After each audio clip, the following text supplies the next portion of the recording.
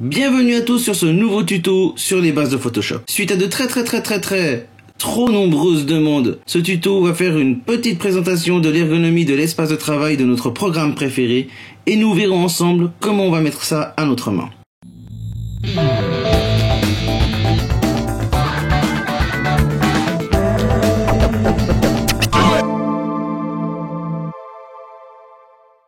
Avant de commencer, si vous voulez me proposer l'une de vos photos pour les tutos sur les retouches complètes d'images, je vous invite à m'envoyer le RAW ou un TIFF du RAW à l'adresse que vous trouverez en description. Si vous voulez de superbes contreparties tout en me soutenant, et j'en ai bien besoin, je vous invite à visiter ma page Tipeee. Vous n'allez pas être déçus. Ceci étant dit, commençons. Nous sommes ici sur l'espace de travail par défaut. Au début, il vous conviendra parfaitement bien. À mesure que vous allez travailler avec, vous aurez envie de le modifier pour le mettre à votre main. Ce qui est tout à fait possible et même conseillé. Je sais qu'habituellement, on ne commence pas le tour du propriétaire par l'espace de travail. Mais je pense que créer le vôtre et l'améliorer à mesure est la meilleure chose que vous pouvez faire, surtout que c'est ultra simple. Vous allez dans Fenêtre, Espace de travail, Nouvel espace de travail. À partir de là, vous lui donnez un petit nom.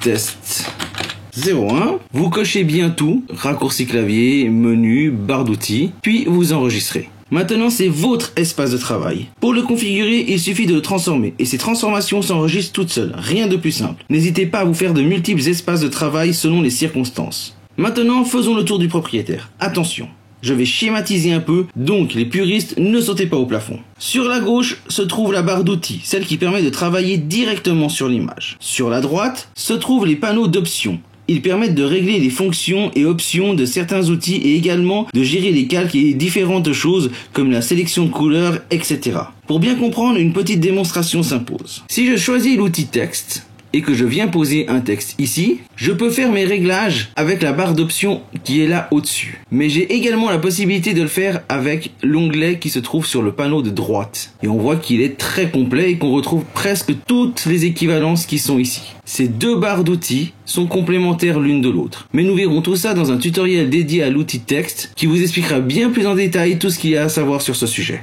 Si je viens ajouter un nouveau calque de réglage, en cliquant par exemple sur teinte et saturation, on voit qu'il passe de l'onglet calque à l'onglet propriété. C'est donc bien sur ce panneau que je vais pouvoir régler toutes les options de mon calque. Et ceci quel que soit le calque de réglage que je vais ajouter. Même si ce n'est pas exactement ça, on simplifiera en disant qu'à gauche se trouvent les outils pour agir sur l'image de façon précise, en haut et à droite, ce qui permet de régler ces outils et ce qui se passe sur l'ensemble de l'image. Nous verrons dans différents tutos, que ce soit sur des outils précis ou sur des retouches complètes, comment fonctionnent exactement tous ces panneaux. Chaque panneau peut se désancrer et être remis là où on le désire. On peut donc ainsi revoir l'ergonomie complète de notre espace de travail et le mettre à sa main. Si par inadvertance on ferme un panneau, aucun souci. Il suffit d'aller dans Fenêtre pour pouvoir le récupérer. Puis ensuite venir le mettre là où bon nous semble. Au centre se trouve notre image. Si on appuie sur F, on va changer de vue. Ici, c'est la vue plein écran. Si j'appuie une fois sur F, ce sera la vue plein écran sans outils. Si je rappuie une fois sur F, ce sera la vue de base. Ici, on voit qu'on a deux onglets. On peut venir les détacher, également comme on le souhaite, et les remettre à leur place au besoin, et on peut même intervertir les places si on a envie. Quand on est en mode plein écran avec les outils apparents, on peut tout à fait avoir un mode plein écran en cachant les outils sans appuyer sur F. Il suffit d'appuyer sur tabulation.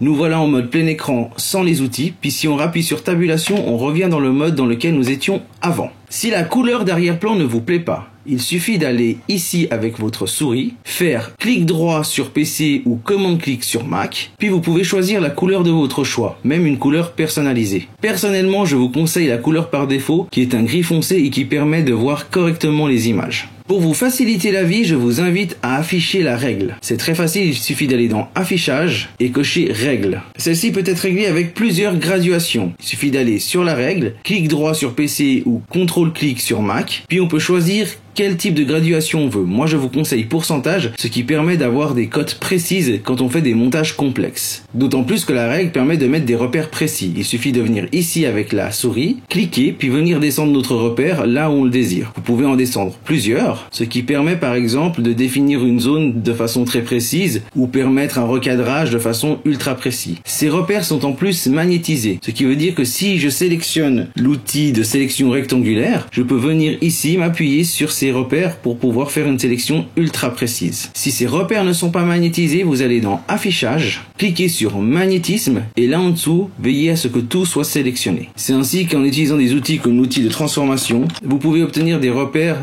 qui vous permettent d'être précis. Comme on peut le voir ici, il affiche parfaitement le centre. Si vous ne voulez plus afficher ces repères, il y a deux solutions. Si vous devez les garder, vous allez simplement dans Affichage et vous décochez Extra, donc les repères n'y sont plus. Mais si vous n'avez pas besoin de les garder, vous prenez l'outil de déplacement, raccourci clavier V, en venant cliquer ici, vous sélectionnez votre repère, puis vous le remontez sur la règle. Tout simplement, vous redéplacez les repères sur la règle d'origine. Encore deux petites choses avant de finir avec ce tour très basique de Photoshop. Si vous allez dans Édition, vous allez trouver raccourci clavier. Je vous conseille vraiment d'utiliser les options qui permettent de refaire certains raccourcis clavier. Le meilleur exemple étant le mien. J'ai un clavier suisse, soit un clavier QWERTZ plutôt qu'un clavier QWERTY. Alors la différence c'est que le Z n'est pas placé au même endroit. Si je dois faire un retour en arrière, le CTRL ALT Z est très mal placé sur mon clavier. J'ai donc refait le raccourci clavier pour faire un CTRL ALT Y. Et j'ai fait la même chose sur mon Mac. J'ai changé le Z en Y pour faire un commande ALT Y plutôt qu'un commande Alt Z. Toujours dans Édition, si vous allez tout en bas, vous allez voir l'onglet Préférences. Préférences générales qui va regrouper tous les onglets de préférence. Je ne vais pas entrer en détail dans cet épisode sur cette partie-là. Je vais faire vraiment un épisode dédié sur les préférences pour vous montrer comment régler aux petits oignons Photoshop. De base, il est en règle générale assez bien réglé pour pas vous poser de problème. Toutefois, juste un tout petit conseil pour améliorer un poil les choses, c'est d'aller dans disque de travail. Car si vous avez un disque de travail dédié, par exemple un disque dur SSD qui va beaucoup plus vite, s'il n'est pas déjà coché, ce qui devrait être le cas, il devrait être coché, n'hésitez pas à cocher ce disque de travail, ce qui vous fera gagner beaucoup de temps sur les traitements, surtout si vous avez un disque dur dédié au travail et que c'est un disque dur en SSD. Nous voilà donc au bout de ce tutoriel et j'espère qu'il vous aura été utile. Si vous voulez de superbes contreparties tout en me soutenant, et j'en ai bien besoin, je vous invite à visiter ma page Tipeee, vous n'allez pas être déçus. Comme d'hab, un pouce bleu si vous avez aimé et un pouce bleu même si vous n'avez pas aimé, et surtout, abonnez-vous. Ciao.